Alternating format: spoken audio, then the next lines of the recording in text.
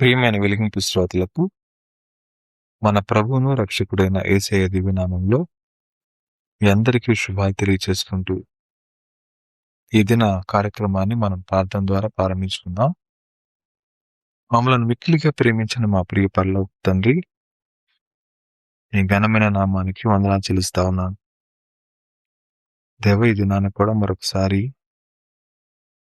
మీ మాటలు వినడానికి మీరు ఇచ్చిన మంచి తరుణం కొరకే నీకు వందనాలు చెల్లించుకుంటూ, వింటున్న మా అందరి అంతరంగాల్లో మీరే కార్యం జరిగిస్తురమ్మని మా ప్రభువును రక్షకుడైన యేసయ్య దివ్యనామంలో మిక్కిలి వినయముగా బ్రతిమాలి అడిగి వేడుకొని ప్రార్థిస్తున్నాం తండ్రి, ఆమేన్.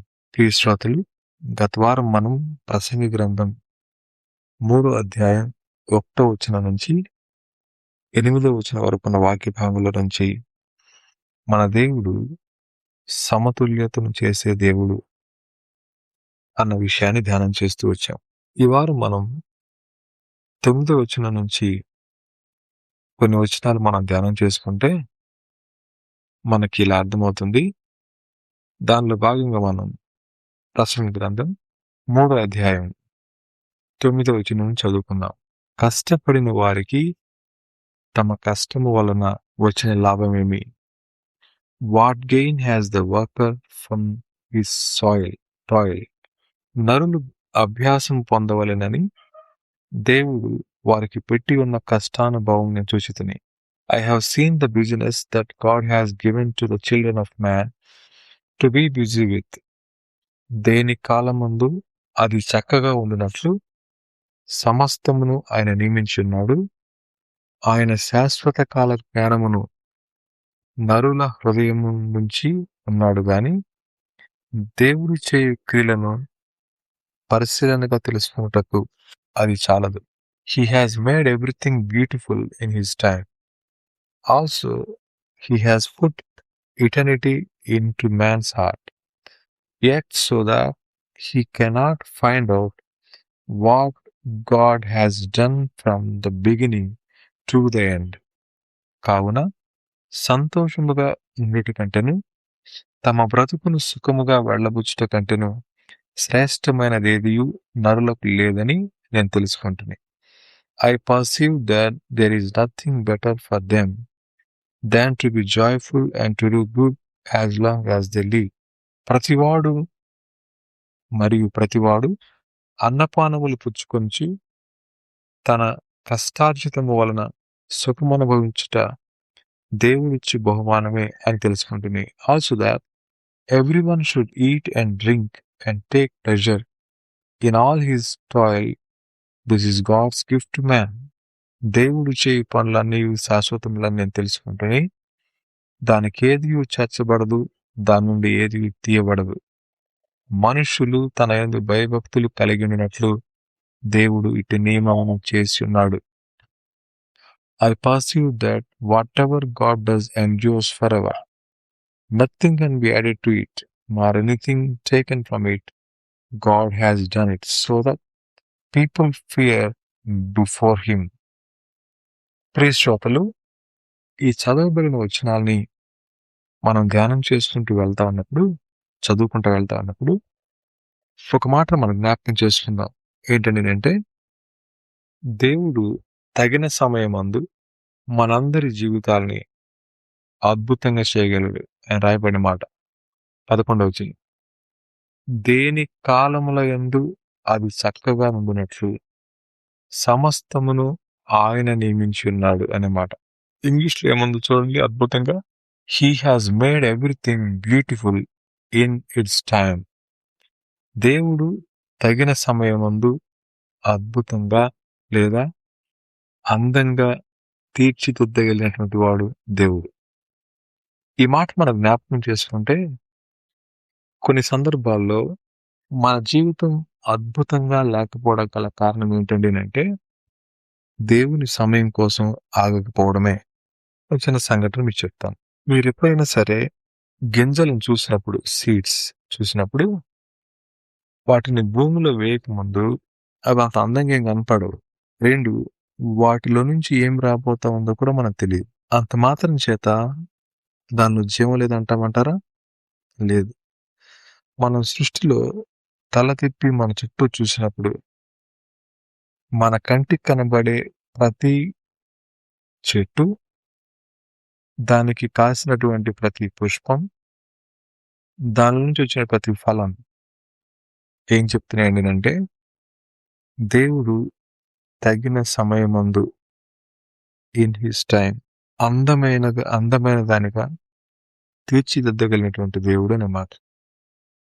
దేవునికి కొంత సమయం మన జీవితాలు ఇవ్వగలిగితే సమస్తాన్ని సమకూర్చి మేలు కోసం జరిగించేటటువంటి దేవుడు. అందుకని ఎలా అయితే భూమిలో దాచబడిన గింజ నుంచి అద్భుతమైనటువంటి పుష్పం బయట మన కంటికి కనబడతా ఉందో, దేవుడు మన జీవితాన్ని కూడా అదే విధంగా చేయగలరు అన్నమాట.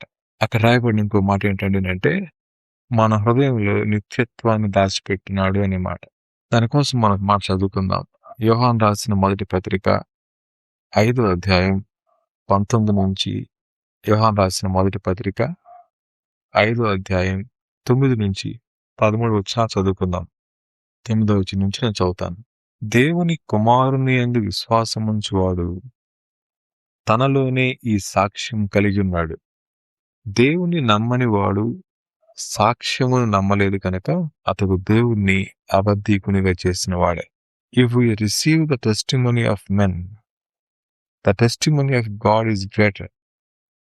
For this is the testimony of God that he has borne concerning his son.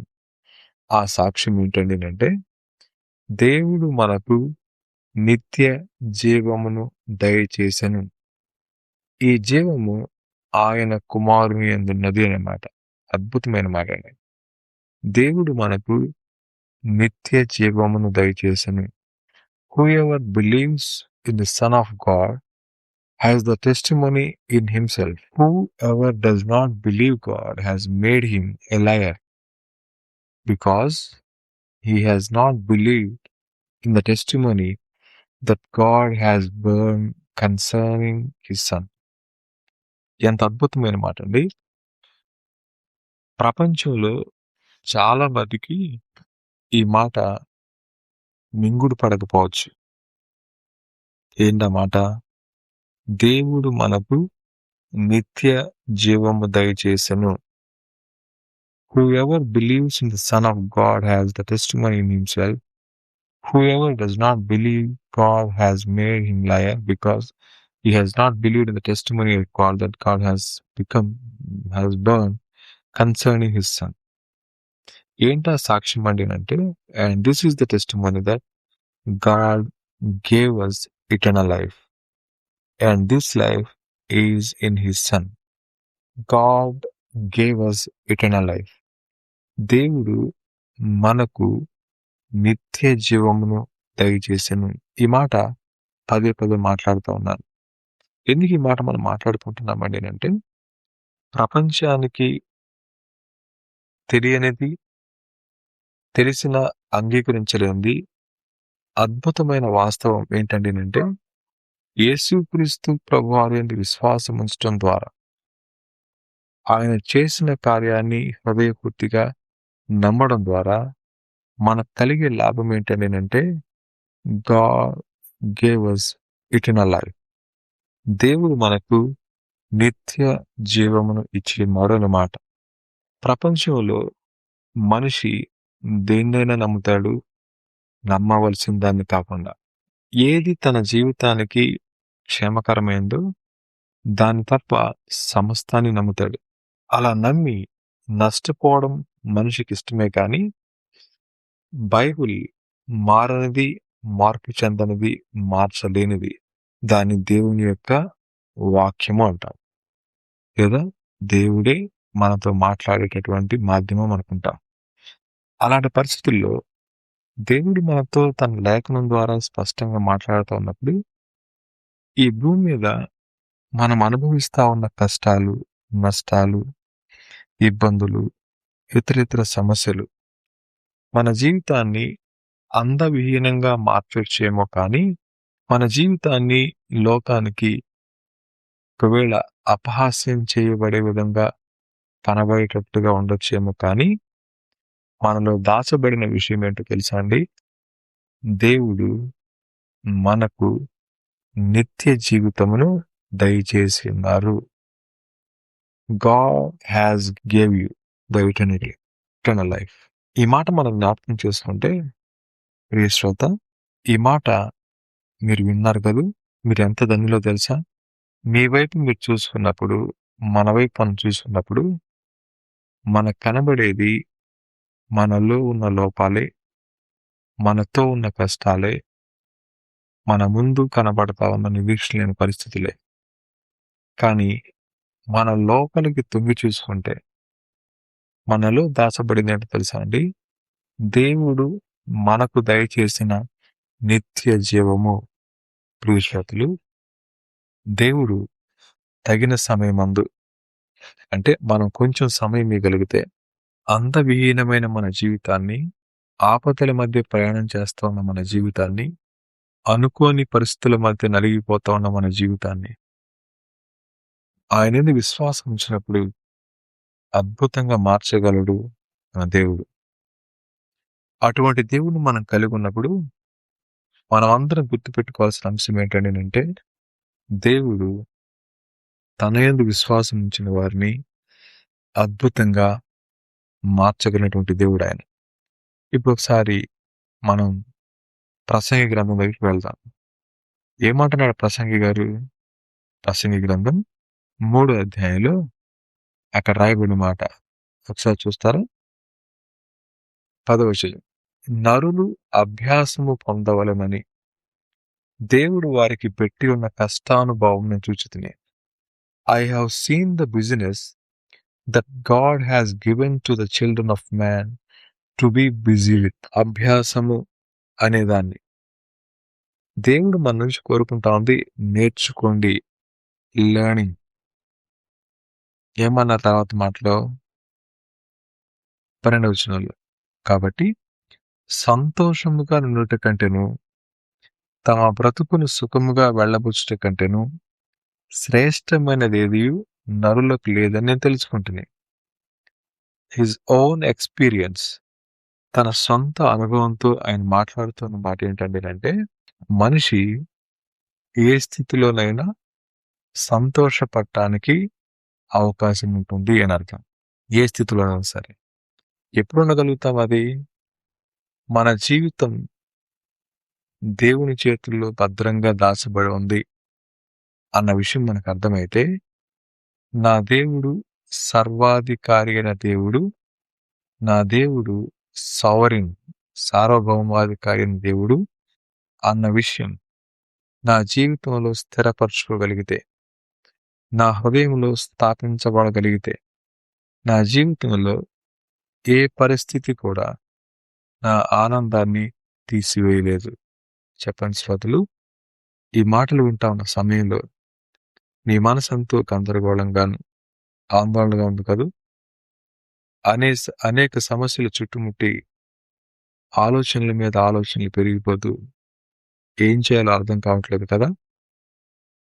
అనుకున్నవి జరగక, నిద్ర పట్టక చాలా ఇబ్బంది పడుతున్నారు కదా? మీరు ఆశించిన వాటిని పొందిపోలేదన్న బాధతో వింగిపోతా ఉన్నారు కదా? ప్రభు మనతో మాట్లాడే మాట మీరు చదువుకోగలిగితే, దేవుడు కొంచెం సమయం అనగలిగితే మన పరిస్థితులను అందంగా మార్చగలిగినటువంటి దేవుడు ఆయన. ఆయనకు అసాధ్యమైంది ఏమీ లేదు. అందుకే రోమాపత్రిక 8:22 ఏమంటారండి? 8:22 వరకు ఉన్న వాక్య భాగంలో, సమస్తమును సమకూర్చి మన క్షేమం కోసం మార్చగలిగిన దేవుడు. ఎలాంటి దేవుడు? నా దేవుడు. ఎందుకు కంగారు పడాలి? అందుకని మనం కలిగిన దాన్ని బట్టి, శ్రోతలు, ఈరోజు మీకు అన్నం లేదా? ఉందండి, కానీ తినబుద్ధి కావట్లేదు. ఇది కదా కొంతమంది సమస్య. అలా వద్దు. బైబిల్ అంటా ఉంది, మీకు కలిగిన దాన్ని బట్టి సంతోషపడండి. శ్రోతలు, మీ జేబులో డబ్బులు లేవు కదా, మీ ఒంట్లో ఆరోగ్యం లేదు కదా, మీ ఇంట్లో నెమ్మది సమాధానం లేదు కదా, మీ సంబంధాల్లో సఖ్యత లేదు కదా, ఇలాంటి పరిస్థితుల్లో ఇవన్నీ మారిపోవచ్చేమో, కానీ మారని దేవుడు నీతో, నాతో, మనతో ఉన్నాడు అనే స్పృహ కలిగి మనం జీవించగలిగితే మన జీవితాన్ని అందంగా మలుచుకోగలుగుతాం. ఎవరు మాట్లాడలేదని, ఎవరు పలకరించలేదని, ఎవరు మనకు సహాయం చేయలేదని, ఎవరు పట్టించుకోవడం లేదని, ఎవరి స్వార్థం వారు చూసుకుంటున్నారని నెపాలు మనం మోపేదానికంటే నీతో నాతో ఎల్లప్పుడూ తోడుగా ఉండేవాడు. ఈ లోకయాత్ర ముగిస్తే మనం ఉండబోయే దేవుడు, మనం ఉండబోతున్నటువంటి దేవుడు మనం చెప్పినటువంటి మాట, నీకు ఇచ్చి ఉన్నాను అనే మాట. ఈ మాట ఏ ధనవంతుడు చెప్పలేడు, నిత్య జీవం ఇచ్చానని. ఏ స్నేహితుడు చెప్పలేడు, ఏ బంధువుడు చెప్పలేడు. మీరు ఈ మాటలు వింటా ఉన్న సమయంలో దేని విషయం నలిగిపోతా ఉన్నారో ఏది కూడా ఈ బహుమానాన్ని మన దగ్గర నుంచి దూరం చేయలేదు అనే విషయం మనకు అర్థమైతే దేవునికి సంపూర్ణంగా అప్పగించుకొని సంతోషంగా మన జీవితాన్ని కొనసాగించగలం. శ్రోతలు, ఆ చదవబడిన వచనాల్ని మరొకసారి జాగ్రత్తగా చదువుకుంటూ మరొకసారి మన జీవితాన్ని మనం ఎలా చూస్తా ఉన్నామో అది పరిశీలన చేసుకుని దేవుడు ఆశించిన విధంగా మనం జీవించగలిగితే మన జీవితం ఎంత అందమైన జీవితంగా తయారవుతుందో. కాబట్టి అల్లకల్లోలమైన జీవితాన్ని అందమైన వనంగా మార్చగలిగిన దేవుడు మన అంతరంగంలో ఉండగా మనకెందుకు భయం అన్న ధైర్యంతో నమ్మకంగా ఈ విశ్వాస యాత్రలో ముందుకు కొనసాగదాం. అటువంటి కృప దేవుడు మనకు దయచేయునుగాక. తిరిగి మరొక వారం అలా కలుసుకునే పర్యంతం దేవుడు మనందరికీ తోడైనగాక. ఆమేన్.